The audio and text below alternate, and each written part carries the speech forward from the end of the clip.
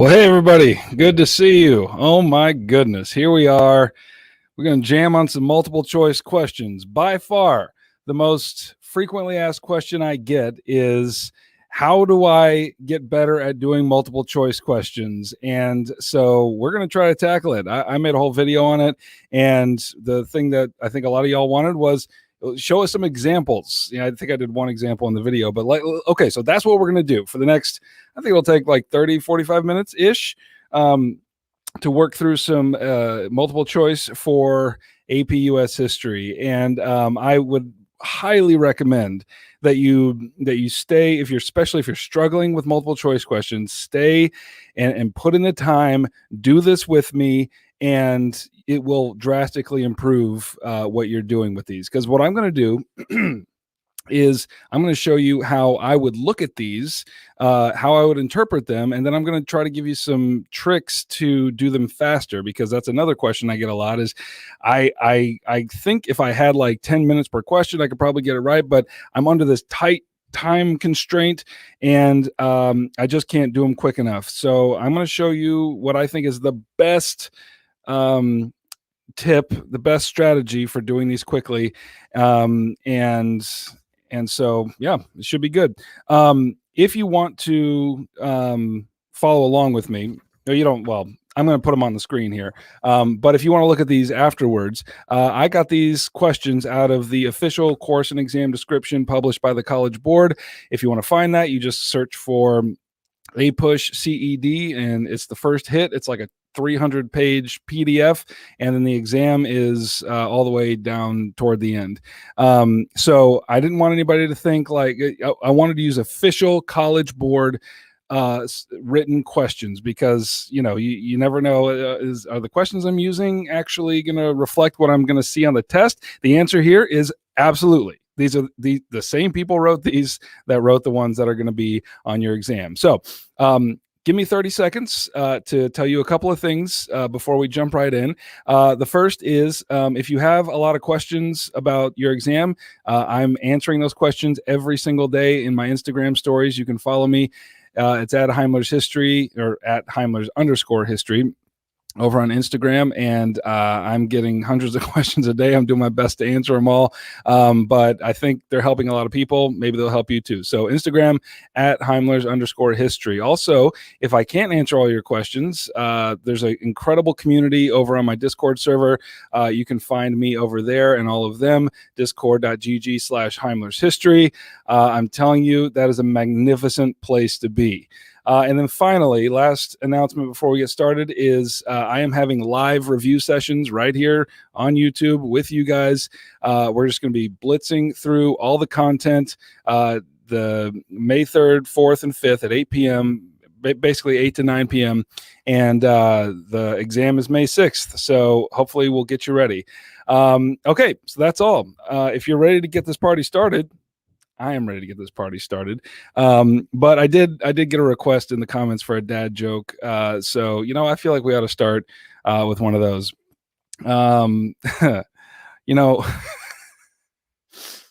Okay. My mother told me when I was growing up that I could be anybody I wanted. But it turns out identity theft is a crime. Okay, all right. That's a good one. That's a good one. All right. If you're ready, let's jump right in. So what we're going to be doing is looking at, I think I've got 10 questions here, and I'm going to go a little slower. I'm not going to be doing these quickly. I want to try to explain to you what I'm thinking as I'm looking at these and how I would go about doing it. So we'll go a little quicker towards the end, but first I want to establish some principles on how you interpret these. So let's look at this first one. Here is the stimulus. First thing I want you to do in every stimulus, some of you guys are going to freak out if the margins aren't there. There we go. The very first thing you do, almost everybody is going to start right here. You're going to start reading the stimulus. Don't do that. No, 1,000 times no. The very first thing you always need to do is come down here and read about what this document is, who wrote it, and when. because that is going to help you greatly. Now, here's the thing. This tells me that we're reading the Declaratory Act, and that's passed by the British Parliament in 1766. Now, it just so happens in my 3.3 video, I talked about the Declaratory Act. And if you don't know what it is, essentially when the colonists in America fought to get the Sugar Act and the Stamp Act repealed, the Parliament eventually did repeal the Stamp and the Sugar Act.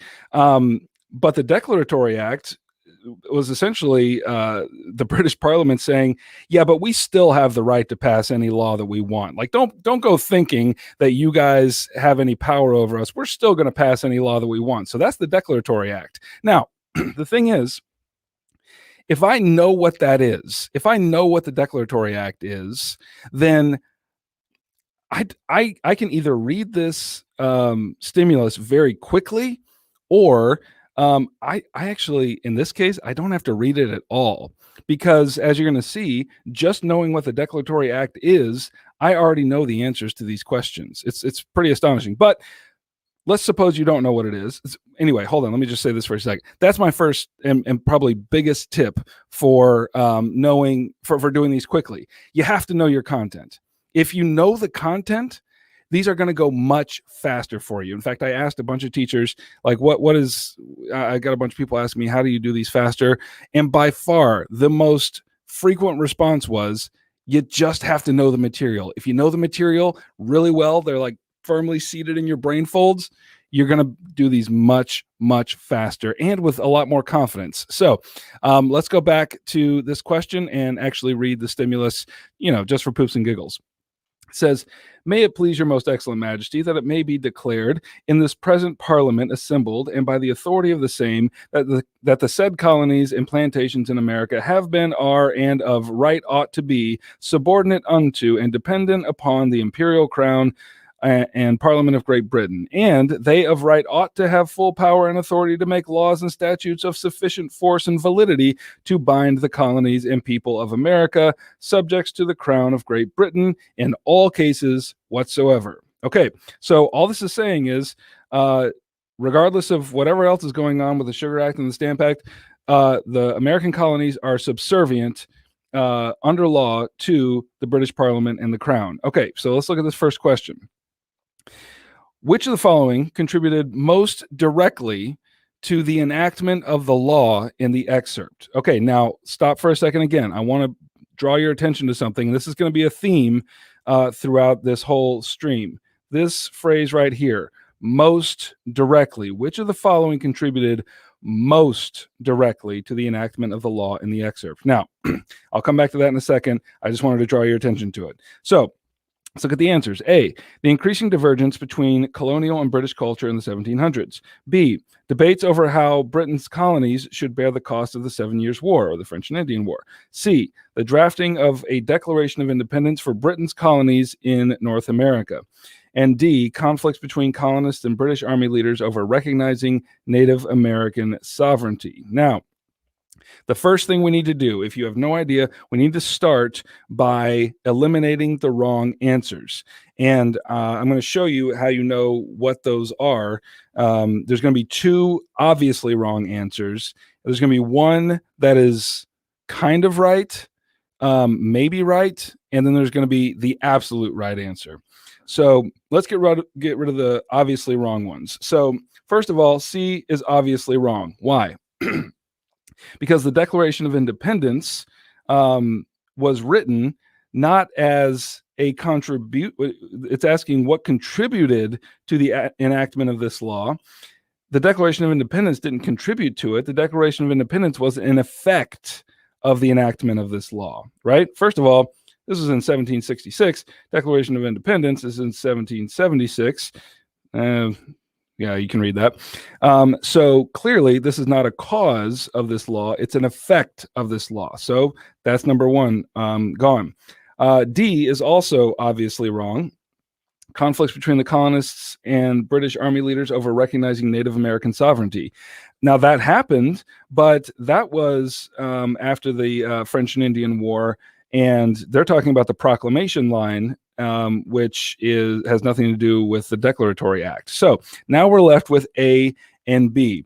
The increasing divergence between colonial British culture in the 1700s and debates over how Britain's colonies should bear the cost of the 7 Years' War. Now, take a second, think about it. Which one is the right answer? The correct answer is B.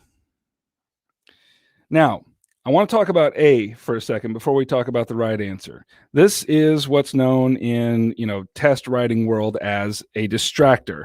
And it's an evil plot by the reptilian overlords at the College Board to ruin your life and make sure that you end up living in a van down by the river.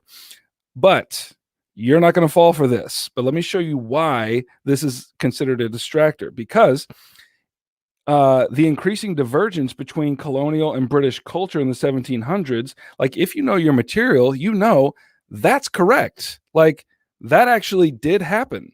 There was an increasing divergence between colonial and British culture in the 1700s. And the fact that the British Parliament passed a law saying, you guys are subservient to us, like that seems like that would be a result. And it is.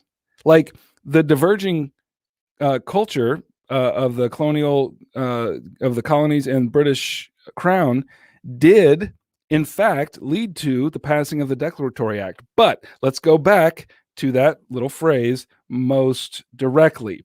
Which of the following contributed most directly?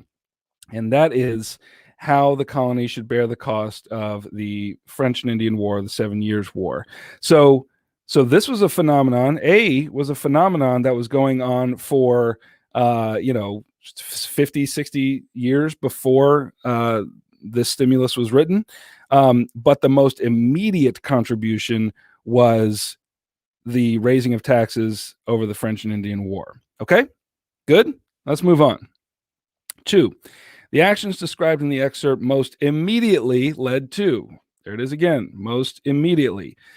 The actions described in the excerpt most immediately led to. And by the way, before we even get there, if you see that, it should register something in your mind. Okay, the two answers that I'm going to possibly be choosing between are one that's an immediate cause and one that's less of an immediate cause. Okay, so let's go back.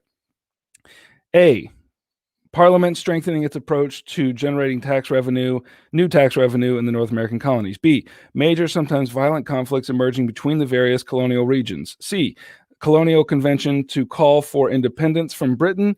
Or D, Britain delegating greater authority in the colonial assemblies.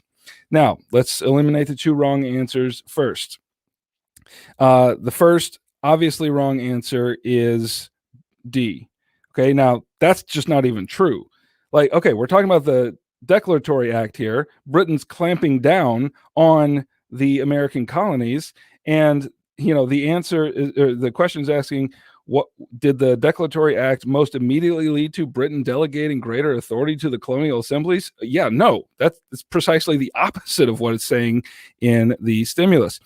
The other obviously wrong answer is B, major and sometimes violent conflicts emerging between the various colonial regions. To which I say, what?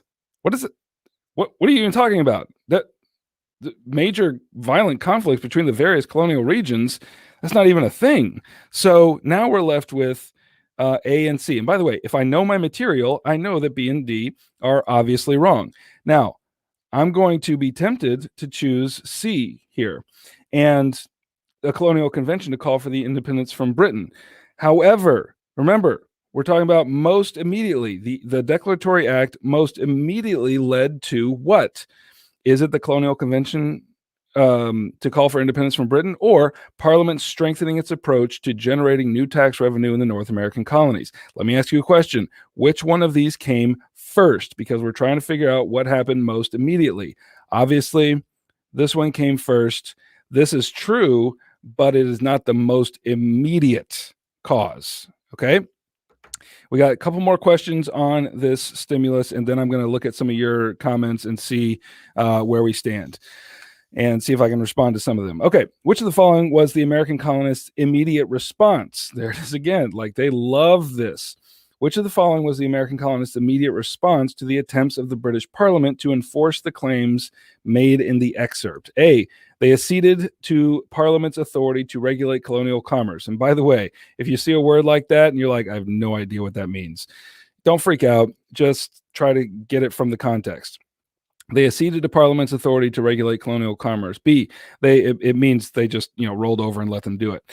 B, they denied the power of the British king over the colonies. C, they sought an alliance with France against Great Britain. D, they initiated boycotts of imported British goods. Okay, so we're eliminating the wrong answers. Clearly, the American colonies did not roll over and let Parliament just do whatever they wanted in the colonies, pass whatever laws.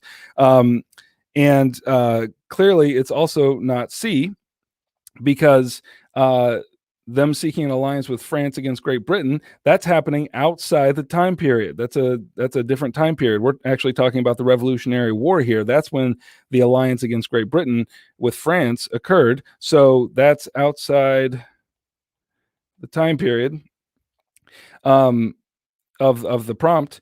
And so now we're left with B and D. Now, correct answer? D. They initiated boycotts of imported British goods. Now, did they also deny the power of the British king over the colonies? Yes, they did. They absolutely did. And specifically in documents like the Declaration of Independence, etc. But the most immediate response was the boycotts of imported British goods. Okay, number 4. Debates over the claims of the British Parliament in the excerpt most directly contributed to which of the following later characteristics of the United States government? So this time they are asking you to go outside, go forward a little bit in time. So which of the following, or the Declaratory Act most directly contributed to which of the following later characteristics of the United States government? Okay, so here's an example of 4 answers. Well, let me give you the answers. A, the reservation of some governmental powers for the states. B, the enforcement of term limits for the president. C, the establishment of taxation power in Congress. Or D, the practice of judicial review by the Supreme Court. Okay, now, here's an example of one that you're not going to find a wrong answer that's like outside the time period or anything like that. This one, you're really going to be looking for which of these has like a direct connection to what the stimulus is talking about. Okay, the stimulus is talking about taxation against the colonies, right? Okay, so keep that in mind. Now, back here, the first obviously wrong answer is B, enforcement of term limits for the president. Does that have anything to do with taxation? No, it does not. The other obviously wrong answer is the practice of judicial review by the Supreme Court. That has nothing to do with taxation. But you're going to see judicial review and you're going to be like, oh, I remember that. Oh, that's a word that I know. And I even know how to define it. You'll be so excited. You're gonna be like a little toddler on the floor who sees a crumb of a donut, and you're like, you go after it because that's what toddlers do. But not you, my friend, not you. Let's go back. So the one that you're going to be tempted to choose is this one right here, the reservation of some governmental powers for the states. Now, is that a feature of one of the later characteristics of the United States government? Absolutely it is. But what are we talking about? Most directly contributed. We're talking about taxation in the colonies. So it's going to be C, the establishment of taxation power in Congress. They wanted taxation power to be in the hands of the people, not in the hands of a monarch. Okay. So we got through our first 4 questions. Let's see how we're doing over here in the comments. How y'all feeling about that?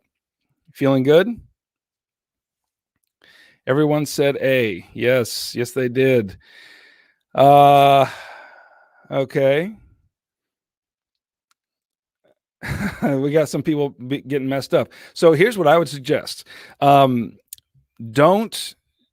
let's say for the rest of these, don't put the answer in the comments. That way, or in the chat. That way, everybody can get it on their own and not get messed up. Okay, so I ate spaghetti for dinner. Thank you for asking.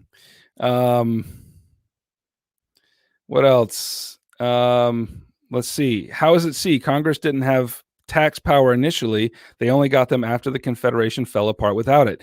Yes, but listen to the question. Come back. Let's go right back to it. The question is, which of the following contributed to the later characteristics of the United States government? Okay, so later is Congress after the fall of the Confederation, the dissolution of the Articles of Confederation. Like, isn't that after what we're talking about here? So yeah, that's why. My confidence is shrinking. No, it's not. No, I see it. I'm gonna pump it up with some confidence. You got this. I mean, look. This is. I'm not going to say it's not hard. It is hard, but it's doable. It's doable if you understand how these things work. Now, would this have been better if I had done this, or you had learned this 7 months ago? Yeah, but guess what? It's not 7 months ago. It's a week before the exam, and you know what? We're going to figure it out. We are going to figure it out. And if you want to get a good score, you can put in the work. I promise you put in the work and you'll be fine. Okay. My confidence. See, that's what I'm talking about. Okay. Let's go back into the next questions. All right. You ready? Next question. We're going to go forward in time a little bit to 1860. All right. So again, if you're trying to do this quickly, you see Republican Party platform 1860. That's where you start. Always start there. That a lot already. Like, there's a lot that you can know about whatever is going to be said in this stimulus just by looking at what it is, where it comes from, and when it was written. So the normal condition of all the territory of the United States is that of freedom, that as our Republican fathers, when they had abolished slavery in all our national Western territory, ordained that no person should be deprived of life, liberty, or property without due process of law, it becomes our duty by legislation, whenever such legislation is necessary, to maintain this provision of the Constitution against all attempts to violate it, and we deny the authority of Congress, of a territorial legislature, or of any individuals to give legal existence to slavery in any territory of the United States. Okay, look, like, if you know what the Republican Party was all about in 1860, which is to say 1 year before the Civil War, you already knew all this stuff. Like, all of that you're not surprised by that. So you can read it quickly and understand what it's talking about. Now, let's look. Which of the following best serves as evidence for the claim that our Republican fathers had abolished slavery in all our national territory? Okay, so what's some evidence we can use that the Republicans could use to support that our Republican fathers abolished slavery in all our national territory? Okay, let's get rid of the wrong answers first. The ban on the transatlantic slave trade implemented in 1808. Surely not. Why? Because that didn't abolish slavery. It just abolished the slave trade. Slavery was alive and well after 1808. So that can't be the answer. The other obviously wrong answered is B, relationship of George Washington and Thomas Jefferson to slavery. Again, their relationship to slavery was complicated. They admitted it was a moral evil, but they certainly didn't do much to abolish the institution. So we're left with C and D. Do you know which one it is? Don't put it in the chat. Don't do it. Restrain thyself. The answer is C. The provisions of the Northwest Ordinance regarding slavery. When the Northwest Ordinance was established, it banned slavery in all territories. So that's what they're talking about. Our Republican fathers had abolished slavery in all our national territory. Okay. Now, of course, it can't be D either, because the agreement to count 3/5 of enslaved people for representation in Congress That I mean, it actually has nothing to do with banning slavery. It has everything to do with accounting for slavery. So that has nothing to do with it. Now, let's go on to the next one. The ideas expressed in the excerpt were most directly influenced by the what? Nativist movement, free soil movement, Texas independence movement, temperance movement. Let's move through this one a little quickly.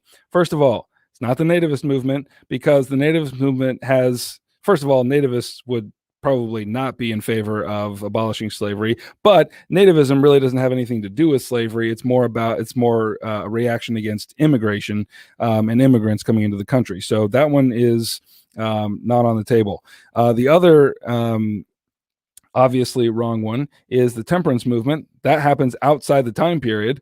So we're in 1860. The temperance movement isn't really going to come into full force for another 35, 40 years or so. Then you've got the Texas independence movement. Texas, think about Texas. How did Texas come into the Union? Texas came in as a slave state, right? So this whole idea of banning slavery, Congress has no authority to give a legal existence to slavery. Yeah, Texas isn't going to have anything to do with that. Obviously, it's the free soil movement. Free soil movement is exactly what it sounds like. It was the campaign to create free states and end slavery. So, number 10. Republicans asserted that political leaders could not give, quote, legal existence to slavery in any territory of the United States, end quote, in order to express opposition against the A, idea of popular sovereignty exemplified by the Kansas-Nebraska Act, B, removal of American Indians from their homelands, C, recruitment of laborers for northern factories, and D, application of California for statehood. You know the answer? Don't put it in the chat. Don't do it. Take that clicky finger right away. The answer is A. Now, it's not B, because the removal of American Indians from their homelands, while it is something that happened, has nothing to do with giving legal existence to slavery in any territory of the United States. Okay? Nor does the recruitment of northern laborers for northern factories have anything to do with slavery in the territories of the United States. It certainly can't have anything to do with California, because just like I asked you to think about Texas here, think about California here. California entered as what kind of state? I'm saying that like you're going to say something back to me. It entered as a free state. So they're asking this quote right here. Republicans asserted that political leaders could not give legal existence to slavery in any territory in the United States in order to express opposition against the application of California. No, of course not. It's coming as a free state. So they're not going to oppose that. They're going to oppose the idea of popular sovereignty exemplified in the Kansas-Nebraska Act. Remember, popular sovereignty was the idea that for the territories that are applying for statehood into the Union, they are going to decide for themselves whether they are going to be free states or slave states. So clearly, they're opposing that right there. Okay. I hope you're tasting the sauce already. I hope you're tasting the sauce. Let's see how we're doing over in the comments. I can't keep an eye on them because I'm trying to do all this, but I do want to see what you guys are saying. Do a DBQ question. I did that last year. It was the worst day of my life. I mean, maybe I should. I don't know. But just so you know, it's not fun. Okay. Sometimes I just think straightforward. I don't overthink the answers, so I think it's useful. Yeah. I mean, here's the thing. When you're under pressure, as I'm fond of saying, when you're under pressure, the time is ticking. You are dumber than you think. The pressure shrinks your ability to think clearly. But the thing is, some of these aren't as complicated as you think, and so your dumbed down brain, can interpret them properly. I don't want to. Nobody's dumb. I'm just saying, like, it's hard when you're under pressure. Absolutely. Let's see. Where would you recommend that I practice multiple choice questions? The very best place to get multiple choice questions is from AP Classroom. And unfortunately, as a student, you don't have access to that, but your teacher does. So if you need more multiple choice questions, you need to get on the horn and ask your teacher to get a bunch of them for you. But if for some reason that doesn't work, you can get a lot of them in my ultimate review packet. Any practice book you have is going to be pretty good. I think AMSCO is probably the best one. But yeah, so there's plenty of places to get them. The question is, how good are they? You want to stick with the big names in review. All right, let's try one more. I changed my answers because I doubt myself. Listen, I understand that, but I think this is one of those kind of things where you just need to trust yourself. Think about it before you answer, and then just put the answer down, move right on, go live your life. Trust that gut, trust the fact. If you know that you've studied, you've put in the work, then just trust your gut and don't overthink it. Okay, let's go back. All right. Next question. We have, let's see, we've got 4 more. You ready? Here we go. Okay. A lot of people ask me about stimuli with pictures. So let's look at one of those.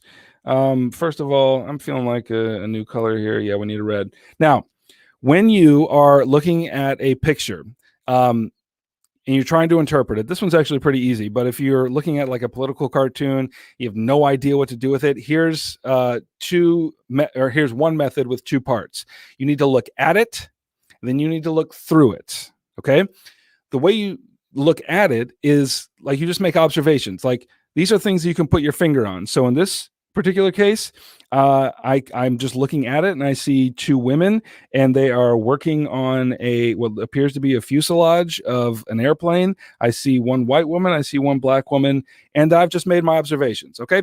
So now that I've looked at it, I need to look through it. In other words, I need to interpret it. Like, okay, what does that tell me about the wider world in which it was produced? Well, let's go back here and look more closely at it. First of all, we need to know this is in the 1940s. Okay, what's going on in the 1940s? Why would these 2 women be building the fuselage of an airplane in the 1940s? Well, clearly what we're dealing with here is World War II.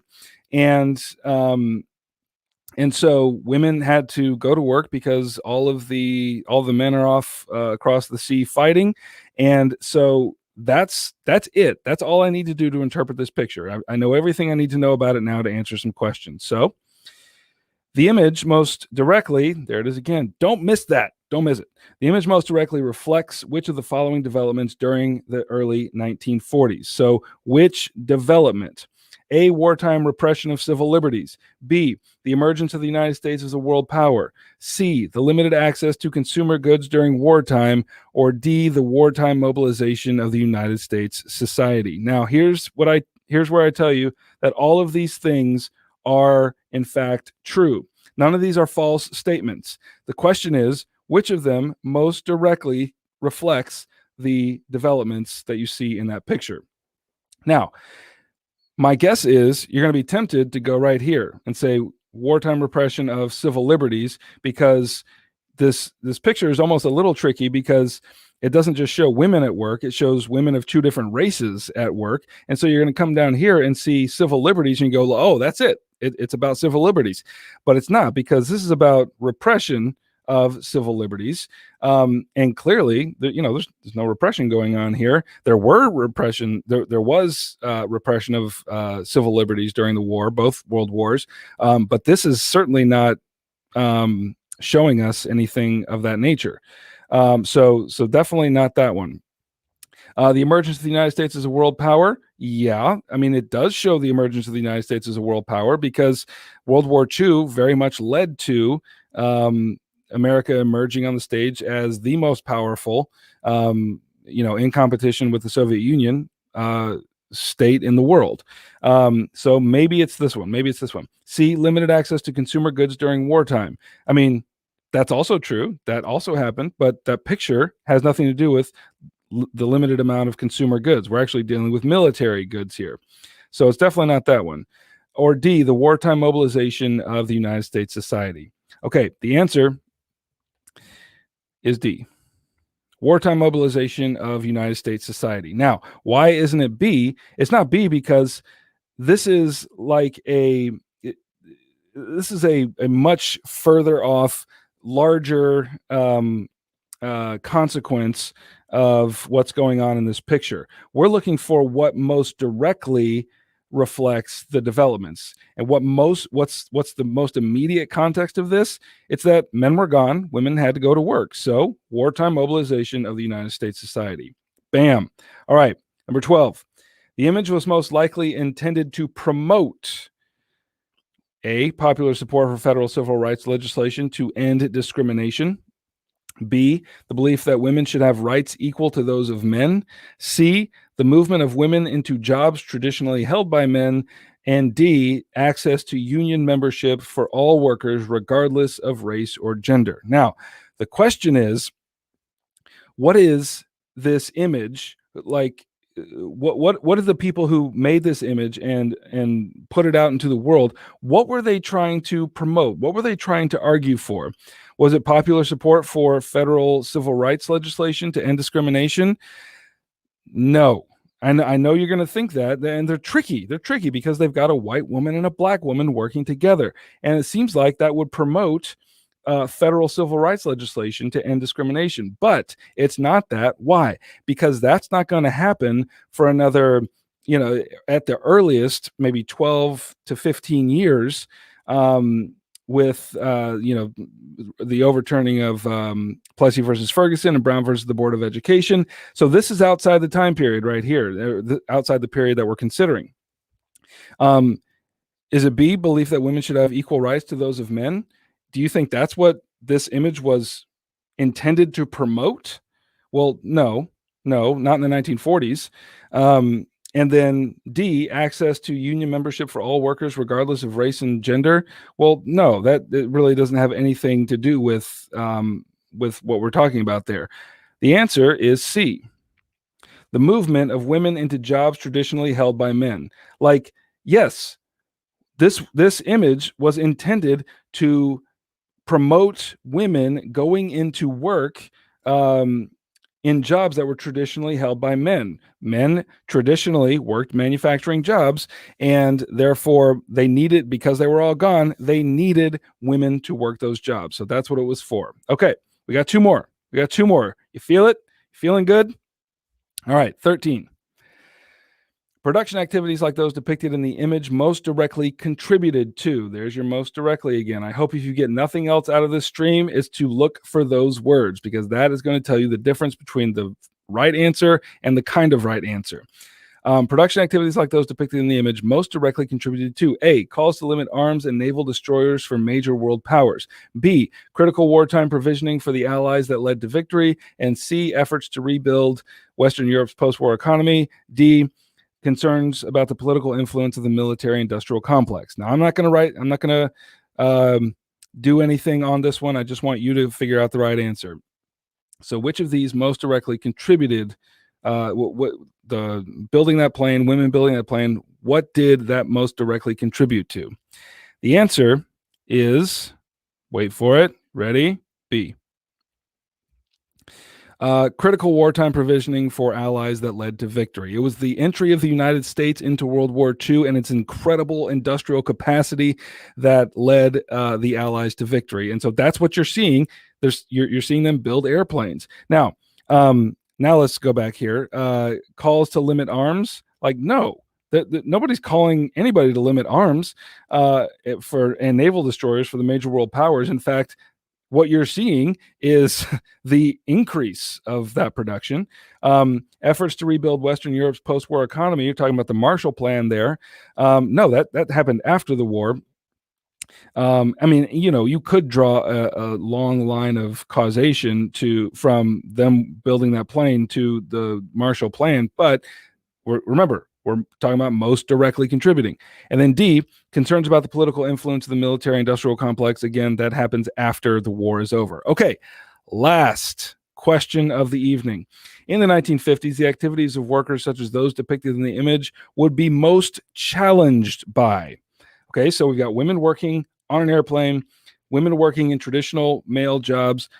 What would most challenge that? A, culture of conformity that emphasized domestic ideals for women. B, an increased need for dual incomes in suburban middle-class families. Or C, the rise of second wave feminist movement in the United States. Or D, the long-term decline of industrial production in the United States. What is the answer? I'm going to sit here and wait.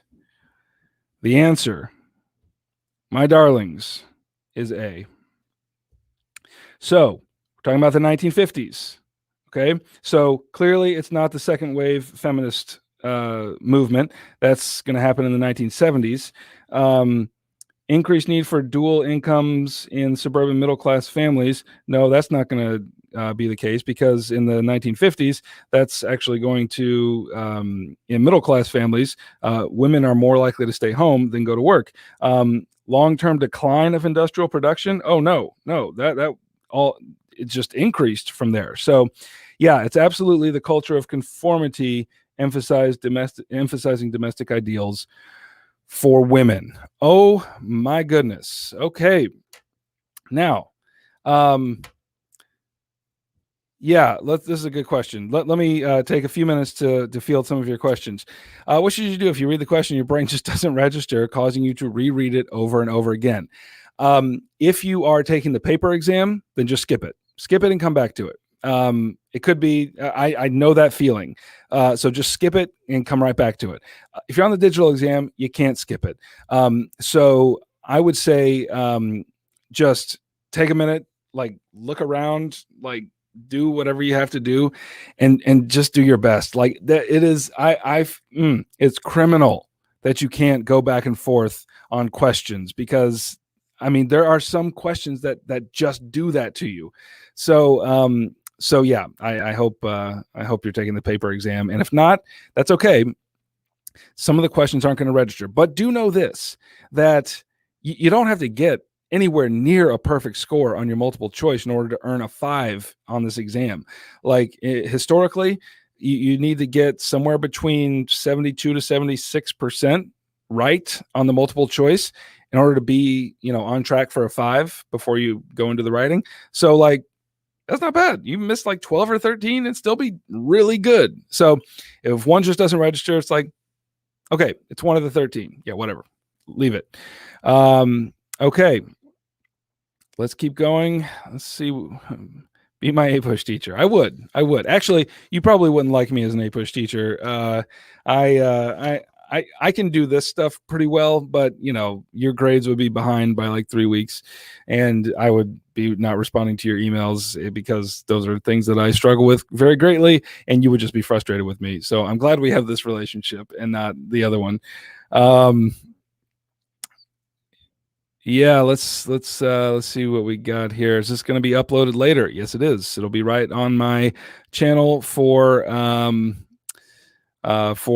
to rewatch. Best way to cover material. This is a great question. Best way to cover material is start with the big ideas and then move down to the small ideas. Most students I know, when they start studying, the thing they do is they start going right for the bolded words in the text, or they go over to Quizlet and they doing flashcards and that sort of thing. That is the worst way to study, because it's like it's like throwing all of your laundry into your closet floor. You've got a whole heap of stuff, but it's not organized. What you need is to build a closet first, get some hangers, and then all of those facts that you just threw in on the floor, then they have a way of being organized. And the way that you do that is you start with the big ideas, you go to the course and exam description, you look at the learning objectives, for each topic, you look at the learning objectives. That's the big idea. That's the question you should be able to answer after learning the material material for that topic. The historical developments, which comes next, is the medium-sized idea. These are the things you need to in order to answer the learning objective, and then you go down to the specific examples, the illustrative examples. Like what are a few, like I mentioned earlier, the Sugar Act or the Stamp Act or the Declaratory Act or whatever. These are things, once you have the bigger ideas in place, then you are able to take those things you would find on Quizlet or whatever, and put them in an intelligible order. But I also have a whole, if that doesn't make any sense, I have a whole video on how to study. So you can go check that out. All right, let's see. Yes, Khan Academy is great for practice. They actually do have some really good questions. I'm glad you mentioned that because I forgot to say that. Yeah, Kahoot, I tried, but unfortunately, the formatting won't allow like a stimulus and like multiple questions to go with it. That would have been awesome. I would have loved to see your answers, but unfortunately, it didn't work. Yes, prior AP exams absolutely are great practice because, especially if you can find them with the answer keys and the scoring commentary. You can find those on College Board's website. You can just go to Google and search for them, and you'll be fine. All right, last question. What if my teacher screwed me over and we are on period 5? First, that's rough, and I'm sorry. And I wonder if there is anybody else who's in that same position right now. But here's the answer. The answer is it's up to you. Like, that's not fair. Like, you went to school in order to get the material, but at the end of the day, if your teacher's not going to catch you up, it's up to you. You're the one taking the exam, not your teacher. And so that is a rough position to be in. I just want to acknowledge that. That is a rough position to be in. But like, I mean, I don't mean to be all self-promoting and everything, but I've heard from a lot of students that they just watch my videos and ingest the material, take notes and whatever, and a lot of them say they get 5s. Like that blows my mind, or 4s or whatever. So I would say, man, it's binge time, baby. It's binge time. All right. Well, let me give you just a couple of final things here to help you remember what we talked about. First of all, to get better at your multiple choice, you need to know your material. That is absolutely number one. Study that stuff. Know your time periods. Understand how everything fits in it, and know the material as well as you possibly can. That will make you faster and it will make you more confident. And then second, when you have wrong answers, they're either going to be factually wrong. Sometimes they are. Not too often they're factually wrong, but sometimes they are. But mostly they're going to be wrong because they're either in the wrong period. Remember, we saw that quite a few times, or they're asking for the wrong historical thinking skill. So if the question asks for what caused something, like we saw in that very first question, and you have an answer that's actually an effect of the event in the question, well, then that's obviously going to be wrong. Okay, well, guys, thank you so much for joining me. You know I love you, and I know that this is a hard season, but there's at least one bearded, bald man in this world who loves you and who's proud of you, and I just need you to know it's going to be okay. All right, I hope to see you at the live reviews next week. I will see you then. Good night.